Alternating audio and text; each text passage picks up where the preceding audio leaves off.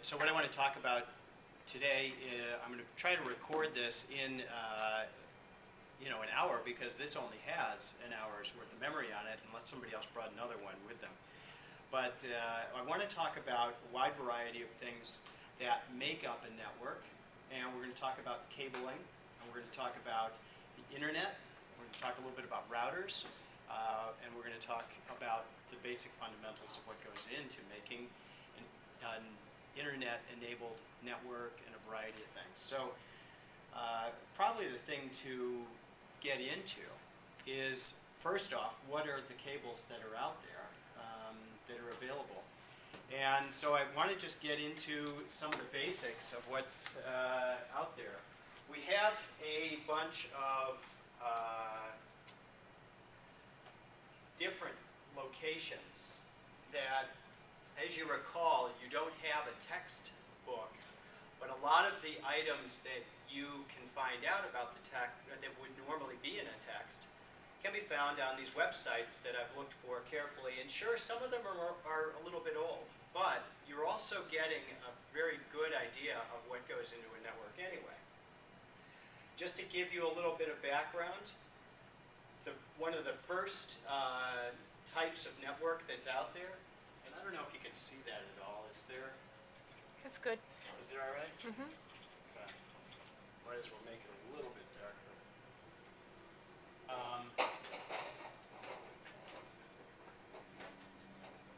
This unshielded twisted pair is, old style networking cabling, but you can see that it's improved over time. There was at first this category 1, 2, and 3, and 3 was when you actually started to bring in Ethernet. And Ethernet cabling is really similar to this cable right here, or what you see in your classrooms. And so I'll hand around a sample of Ethernet cabling that's, somewhat more the traditional style of what cabling's all about. And if you mind, just for Kim's sake, you can see that, I don't know if you can see that, but this is a little bit wider than a normal phone cable.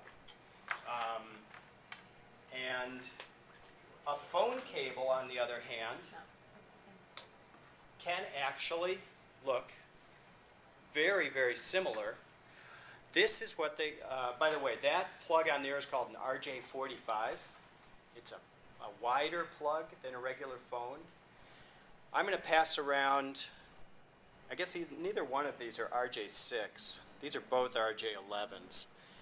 But this is what you would actually plug in for your phone, and an RJ6 would be something that it would be even just a hair smaller than this. And sometimes you see those really small telephone plugs, so I'll just pass that one around so you can see what that looks like. That would be more along the lines of category 1. But the jacks themselves are RJ6, RJ11, RJ45. And RJ45 is really what we always use for Ethernet. What's missing from this chart, which shows its age? Category 6. Category 6. And what else is missing from it? On the very newest one, which is a category 7 actually, which is in the works, but still it's not nearly as accepted. If you were doing installations today, what would you put into your new wing of your school? Category 6. Yeah, category 6. In some schools, they're actually completely have torn out category 3, because that was put in 15 years ago. That's really pretty bad. What's one of the problems with category 3? You're limited to the speed. Okay, speed. Then you've got the talk back and forth as far as the crosstalk and all that stuff isn't as good. And isn't the category 6 uses the copper? Well, they're all going to have copper in them. But there's something about crosstalk, and you're on the right track with this. But what is crosstalk? What can cause a problem? Isn't it shielded? It's shielded better. Yeah, right. So what we're doing is we're now talking about here, we've got a different type of a shield that's going around it. What's a shield do? Or protects it from any interference of noises, or, you know, if you've got lots of information, you know, both ways, it doesn't interfere in any way. And you know, a lot of this stuff gets stuffed up in ceilings. And what else is up there in ceilings? You've got electrical. You sometimes have, you know, other security devices that might be going through. You've got other wiring that's going on through there. So one of the problems was that a long time ago when they first started putting Ethernet up, a lot of these companies didn't really know what they were doing. So they would just take the cable and then they would just tie it off to an electrical conduit. Zip tie to the line, yeah. And the electrical conduit has an electromagnetic field that comes off it. And then they couldn't figure out how come this network is really, really slow. Well, it's because you're getting this crosstalk. You're getting this problem where the data and the electromagnetic fields from, you know, the conduit is running into a problem. So then they've come up with different ways to speed things up. So as you can see, Category 5 is a pretty good solution, and it's cheap. Category 6 is getting a lot cheaper too. I think it's a little bit more, but I haven't priced it out recently. But it really is becoming the standard for most schools. Are schools tearing out Category 6? Yes, some are. Or I mean, not Category 6, Category 5, and putting in Category 6. I was going to say, Cat 5 and Cat 6 seem to be interchangeable, because I've had no issues pulling out and plugging in whenever I No, need it, yeah. whatever Right. they give me. Yeah. Because I've got half Cat 5, half Cat 6, and I've got extra of both, and it doesn't seem to matter what I plug in where. It all seems to keep working. Well, and Because they're so close, I think. you know, our favorite site, whatis.com, I think does a fairly good, I think this is where I saw it the last time, because, you know, I've taught this class a couple of times, and Category 6, I'm going to see if it's in what is, because we had this exact same conversation. Is it really necessary? It's tougher to install, I'll tell you that. Why is it tougher? If you're actually installing it, not like buying a cable and running the cable, but like, because it's shielded better, it's tougher to cut through and to wire the RJ45 jacks. So how much thicker are you saying it is? Well, there's a little band that goes right through the middle of it to keep it shielded, and it's just tougher to cut through, and then it's in the way when you're trying to put the wires actually in the actual jack. Yeah. I mean, it's not much thicker. I mean, I bet you it's not much thicker at all, just a little bit, but it's a lot more shielded and. Well, there is also, if you look very closely at some of the amount of data that can actually be transferred over, and you compare it side by side to Category 5 and Category 6, it is a significantly faster way of moving data. But what are the other roadblocks? You can put in this great cabling, but what are the other roadblocks that are going to come in the way of your network being as efficient as possible? Make sure all your servers and everything. Your server has to be fast. What else has to be fast? Your router, your firewall. Yep, your NIC card. NIC card is a card that goes into your computer and it plugs in and it makes your computer networkable. Do all computers come with NIC cards now? Yeah. So you don't actually have to go out and buy these unless you're buying it for a server and you're custom designing it. So you can add that card in, you put in the drivers to go along with it, and then that computer, which wasn't able to get onto the internet before, is now able to get onto the internet because you've put in a network interface card, a NIC, NIC.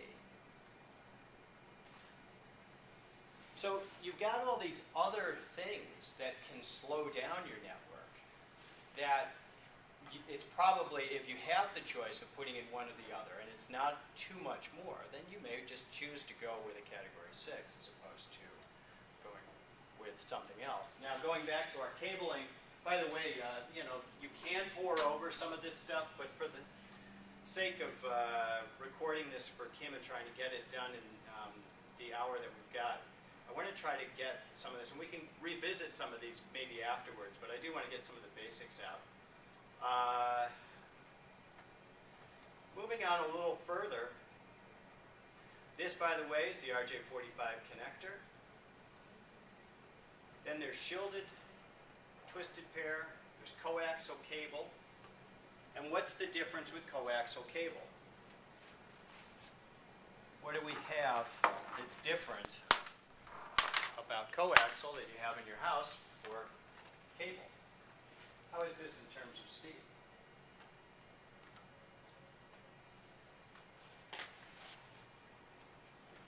Diane, you want to say something here?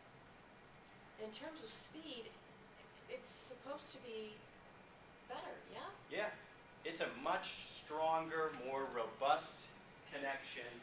You've got a solid piece of copper coming through there. You've got great shielding around it so that it doesn't have any problems with a lot of the interference that other cables get. So you've got a real solid piece of, that's why internet can be delivered right over your cable television, because not only can it handle the huge amount of data that's coming through on your network connection, but through your cable televisions, all the different channels that are available, but then you can also carry internet right over that same cable. So it's a really robust cable. Would you want to put this into every classroom? No way. Much too expensive to deal with. The cabling is more expensive. Did Comcast love to put everything in with this? Yeah. I mean, it's just the best way for them to deliver that, and then at the same time, you've got a high-speed connection in your home. Okay. Andy, you look like you want to add something to that. Okay. No, it's fine. All right. Now the connectors for it have varied over time. And so you might find some old televisions in your school have this kind of a connector. And this is a much less shielded cable, but this is what you call a BNC connector. And you can see that it has a little pin that fits in here, and then you twist it on, and it locks it into place. And you can get a BNC adapter for some of those old televisions, and actually make a cable connection connect if you need to, but that's, what the BNC looks like. Here is what the BNC looks like on the other side, which has got the little pin on there, and then it would lock around the pin and lock in. That's an old networking cable that was first put out by Apple in the 80s. That was that one right there. What do you see with that one? No, I've just never seen this one. Okay. I've never seen You're this. kidding. Cool. Well, you Yeah, guys they're have not to be as a Catholic common. school where we don't throw anything away. Well, right. I mean, there are some schools that still have this stuff because they still are totally functional. And the good thing to know about is that you can get a BNC adapter and plug in things like a RCA or a VCR. If you see a VCR, a DVD you can plug into these large old televisions. So your school still has this old equipment. You can still plug in these adapters even if it's only BNC. And the adapters you can get at Radio Shack for less than $10. So you can plug in just about anything into those old televisions and still have it run. So just want you to know that those things exist. Is this a good place to Sure. stop? Yeah, we'll take it.